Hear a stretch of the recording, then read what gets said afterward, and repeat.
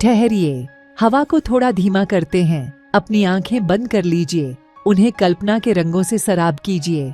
एक ऐसा जंगल है जहां हवा में झिंगुर की रुनझुन नहीं, बल्कि हंसी की कल कल सुनाई देती है। पेड़ों की पत्तियां नहीं हिलती, बल्कि बातें करती हैं। और नदियां पानी से नहीं, बल्कि कहानियों से बहती हैं। उसी जंगल में एक छोटे से गांव में रहती थी सनिया।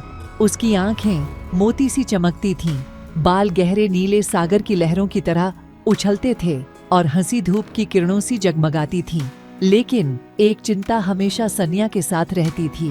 उसकी दादी माँ कमजोर होती जा रही थी। डॉक्टर ने कहा था, एक दुर्लभ फूल से बनी औषधि ही उन्हें बचा सकती है। यह फूल जंगल के सबसे गहरे कोने में खिलता था, जहां अंधेरा अपनी बाहें फैलाए बैठा था और खतरनाक जीव भटकते थे। गांव का कोई भी वहां जाने की हिम्मत नहीं रखता था, लेकिन सनिया अपनी दादी माँ से बेइंतहा प्यार करती थी। वह जानती थी उसे ही जाना होगा। सूरज की पहली किरण के साथ सनिया अलविदा कहे बिना निकल पड़ी। जंगल की दहलीज पर खड़ी होकर उसने उससे डरने के बजाय बात की, हे जंगल, मैं बुराई नहीं करूंगी, मुझे सिर्फ एक फूल चाहिए अपनी दादी माँ को बचाने के लिए। जंगल ने उसकी मासूमियत को समझा। अंधेरे ने रास्ता दिखाया, जानवरों ने खामोशी से उसकी रक्षा की और पेड़ों ने उसे हौसला दिया।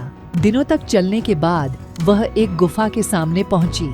गुफा का दरवाजा एक विशालकाय पत्थर से बंद था, जिस पर लिखा था, जो अपने डर पर जीत पाएगा वही आगे बढ़ेगा। सनिया ने गहरी सांस ली। उसने अपने अंदर झांका, जहां डर कांप रहा था, लेकिन उसने उसे और भी छोटा कर दिया अपनी दादी माँ के प्यार की रोशनी से। फिर उसने एक झटके में पत्थर को हटा दिया और अंदर चली गई। गुफा के अंदर अनंत अंधकार था। सनिया को सिर्फ अपने दिल की धड़कन सुनाई देती थी। उसने एक कदम आगे बढ़ाया, फिर दूसरा, तीसरा। धीरे धीरे उसकी आंखें अंधेरे की आदत डालने लगीं और तभी उसने देखा एक नीला प्रकाश जो गुफा की गहराई से फूट रहा था। उसने अपनी सारी हिम्मत जुटाई और उस तरफ चल पड़ी।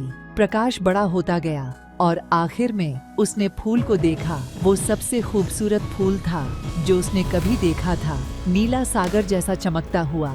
लेकिन जैसे ही सनिया फूल को छूने के लिए बढ़ी, जमीन कांपने लगी।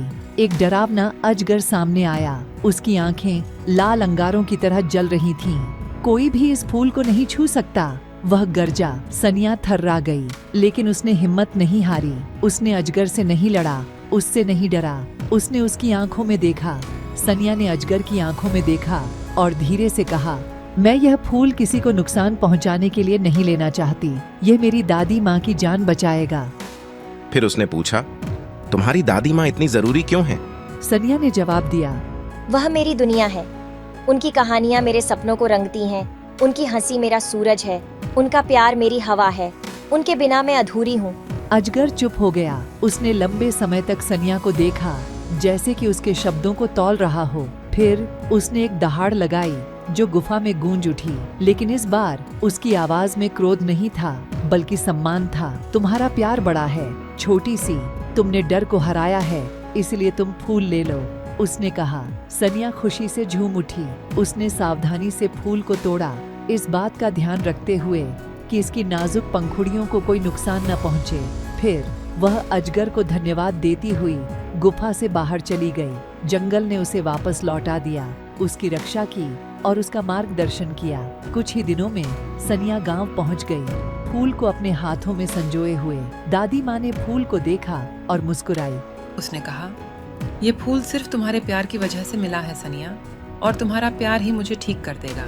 और वाकई धीरे धीरे दादी माँ ठीक होने लगीं। उनकी आंखों में फिर से चमक लौटी, उनकी हंसी फिर से गूंजने लगी। सनिया की कहानी पूरे गांव में फैल गई। हर कोई जान गया कि डर को हराने और प्यार को जगाने से कितनी बड़ी ताकत मिलती है। और इस तरह जंगल में एक नई कहानी जुड़ी, एक ऐसी कहानी जो बताती है कि असली जादू प्यार में होता है, न कि किसी फूल में। सनिया की कहानी खत्म हो चुकी है, लेकिन उसकी सीख हमेशा हमारे साथ रहेंगी। यह सीख है कि डर को हराने की हिम्मत रखें, दूसरों के लिए प्यार जगाएं और विश्वास करें कि असली जादू हमारी ही आत्मा में छिपा है। अब अपनी आंखें खोलें, इस जादुई जंगल से वापस अपनी दुनिया में लौट आएं और याद रखें, सनिया की तरह आप भी अपने प्यार और हिम्मत से अपने खुद के जादू को जगा सकते हैं।